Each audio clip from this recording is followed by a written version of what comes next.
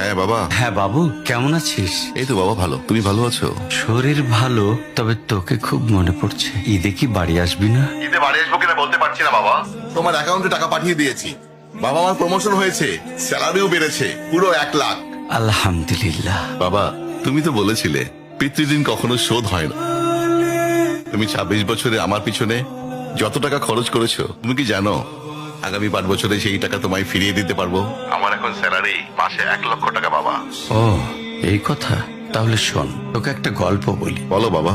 তোর বয়স যখন 4, তখন আমার বেতন 3000 টাকা। 1200 টাকা ঘর ভাড়া দিয়ে 1800 টাকায় চলে সংসার। আমি আমার সাধ্যমতো সারা জীবন চেষ্টা করেছি তোর মাকে সুখী করতে, প্রতি ঈদে কোরবানি দিতে।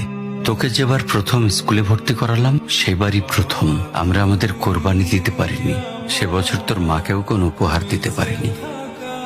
তুই যখন ভার্সিটিতে উঠলি, আমাদের অবস্থা তখন মোটামুটি ভালো, কিন্তু খুব কষ্ট হয়ে গিয়েছিল যখন আমার ট্রান্সফার হয়।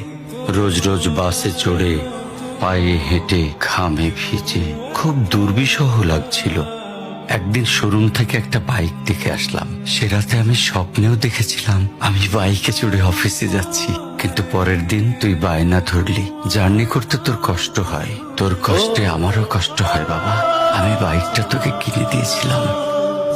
তুই এখন লাখ টাকা বেতন পাচ্ছিস, কিন্তু মনে করে দেখ, আমার সামান্য মাইনে দিয়ে ব্র্যান্ড নিউ মোবাইলে হেডফোন কানে লাগিয়ে সারা রাত গান শুনেছিস, পিকনিক করেছিস, ট্যুর করেছিস।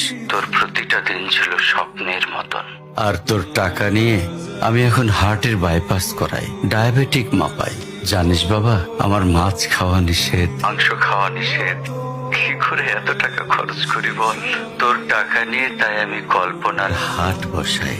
সেই হাটে আমি বাইক চালিয়ে সারা শহর ঘুরে বেড়াই, বন্ধুদের নিয়ে সিনেমা দেখতে যাই, তোর মার হাত ধরে চাঁদনি পশরের সেন্ট মার্টিনের বালুচরে হেঁটে বেড়াই। চুপ করো বাবা প্লিজ, আমি তোমার কাছে চলে আসবো। তোমার টাকা না, আমি তোমার ভালোবাসা তোমায় ফিরিয়ে দিব বাবা। বোকা ছেলে, বাবাদের ভালোবাসা কখনো ফিরিয়ে দেয়া যায় না। তোকে একটা প্রশ্ন করি বাবা, ধর তুই, আমি আর তোর খোকা তিনজন এক নৌকায় বসে আছি। হঠাৎ নৌকাটা ডুবতে শুরু করলো।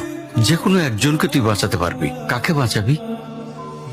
উত্তর দিতে হবে না। ছেলেরা বাবা হয়, বাবারা কখনো ছেলে হতে পারেনি। পৃথিবীতে সবচেয়ে ভারী জিনিস কি জানিস? পিতার কাঁধে পুত্রের লাশ। আমি শুধু জায়নামাজে বসে একটা জিনিস চাই, আমার কবরের ঘরটায় যেন আমি আমার ছেলের কাঁধে চড়ে যাই। তাহলে তুই একটা ঋণ শোধ করতে পারবি, তোকে কোলে নেয়ার ঋণ।